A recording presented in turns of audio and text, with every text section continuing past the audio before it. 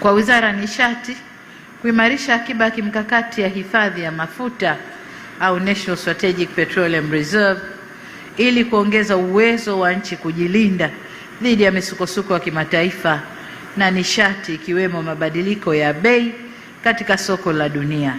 Kama tunavyoona, misukosuko iliyotokea hapa karibuni wiki iliyopita na tunayoendelea nayo tayari imeshapandisha bei ya mafuta kwa 13% mpaka jana.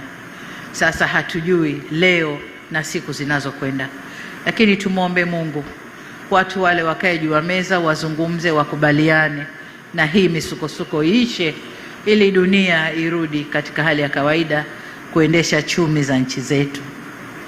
Kwa hiyo ni vyema kutokana na mabadiliko hayo ya siasa za kidunia tukawa na mradi kama huu ili kujihakikishia usalama wa nishati hii ya mafuta.